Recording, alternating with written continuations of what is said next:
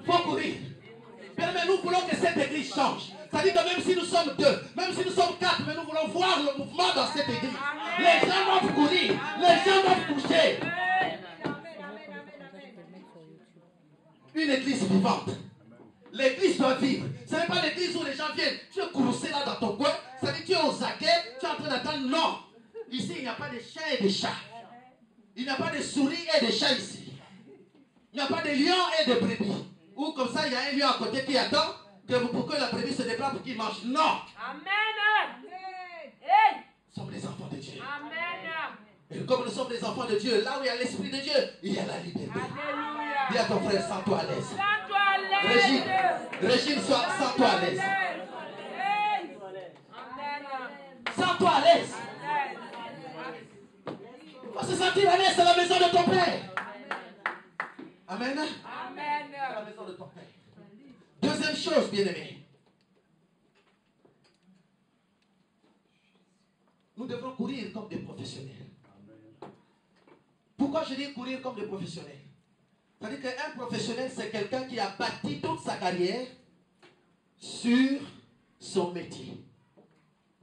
Et donc, il sait ce qu'il fait. Amen. Amen. Il sait que donc, chaque jour, il doit faire quoi? Il doit s'entraîner. Mais il y a l'entraînement. Il faut s'entraîner. J'étais en train de discuter avec quelqu'un, il m'a dit, je ne sais pas prier. Mais c'est normal que tu ne saches pas prier, parce que tu ne t'entraînes pas. Pour devenir un forgeron, il faut apprendre à forger. Pour devenir un mécano, il faut commencer déjà à bricoler. Sinon tu ne reviendras pas. Ce n'est pas par un coup de bâton magique que tu deviendras un gros mécanicien comme ça. Non. Pour que tu deviennes un milliardaire, tu vas commencer par 1 euro. C'est-à-dire que tes affaires commencent par 1 euro et ça va augmenter. Ce n'est pas d'un seul coup comme ça. Que d'un seul coup, après on va dire non, tu deviens comme un riche, comme on appelle du Moyen-Orient, c'est-à-dire que tu deviens milliardaire comme ça, subitement comme ça. Les gens vont dire non, tu as pris la magie. Parce qu'on connaît ton histoire, tu n'étais rien. On ne sait même pas par où tu as commencé. On ne sait pas. Regardez les athlètes d'aujourd'hui, regardez les footballeurs d'aujourd'hui. Ils ont une histoire.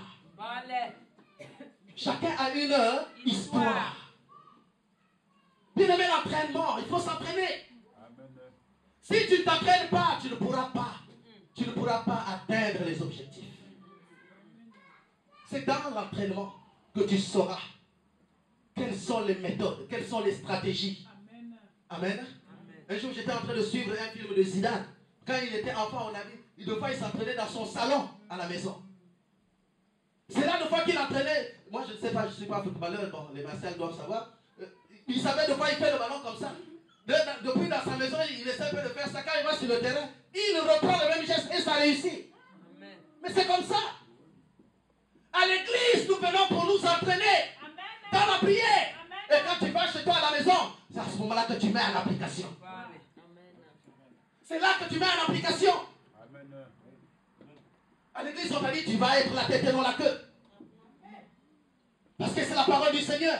Alors quand tu as un problème, tu dis, maintenant tu vas te livre chez toi. Seigneur, tu m'as dit que je serai la tête et non la queue. Pour cette situation, je suis la tête. Amen. Je ne peux jamais être la queue. Tu es en train d'appliquer, tu appliques, et tu vas voir les résultats.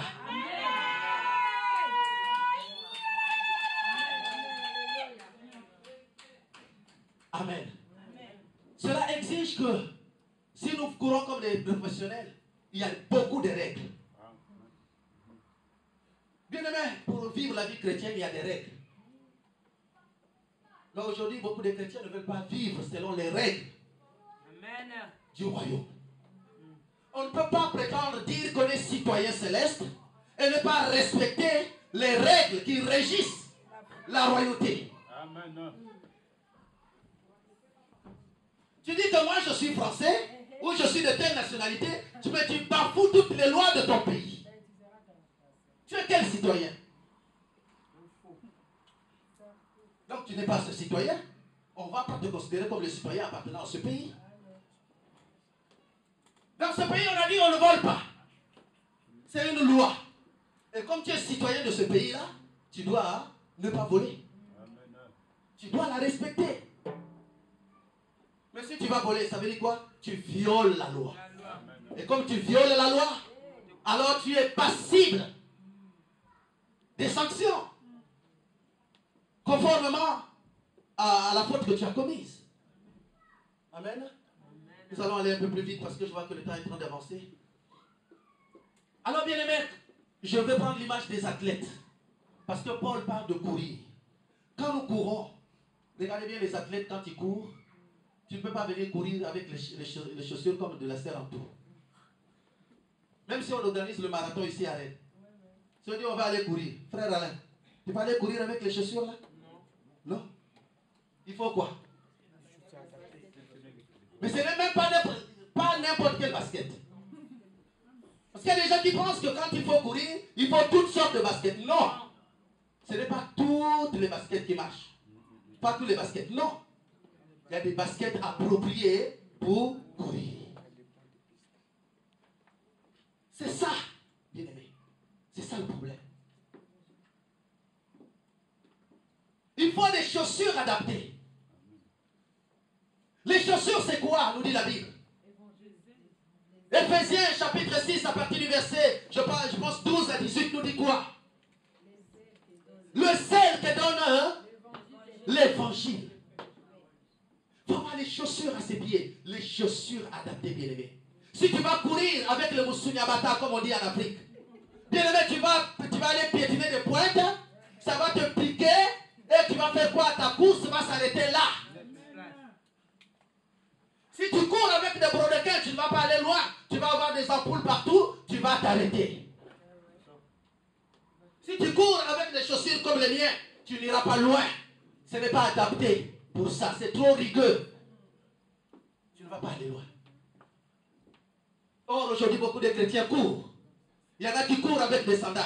Il y en a qui courent avec, vous appelez, des bottes. Il y en a qui courent avec des bottes. Il y en a qui courent, je ne sais pas avec quel type de basket. Même avec des talons. Quand le talon va se couper en cours de route, tu vas t'arrêter. C'est ça qui fait que beaucoup de chrétiens s'arrêtent. Après on est étonné, on a dit, ah cet homme-là, c'était un homme puissant quand il prêchait. C'était un frère qui était zélé. C'était une femme qui était zélée. Mais aujourd'hui, quand vous le voyez, quand même quand tu lui dis, mon frère, Dieu t'aime. Hé! Mais parle même plus de ton Jésus là. Sa course s'est arrêtée. La course s'est arrêtée en mi-chemin. Parce que les chaussures n'étaient pas adaptées. Les chaussures n'étaient pas adaptées, bien-aimés. Dis à ton frère, à ta soeur, cherche des chaussures adaptées. Cherche les chaussures adaptées. Bien-aimés, les chaussures adaptées, c'est la parole véritable. La sainte parole, la sacro-sainte parole qui va te conduire dans toutes choses. Mais si nous n'aimons pas la parole, comment nous allons courir? Beaucoup de chrétiens aujourd'hui n'aiment pas la parole. Oh, on ne peut pas être chrétien et ne pas aimer la parole.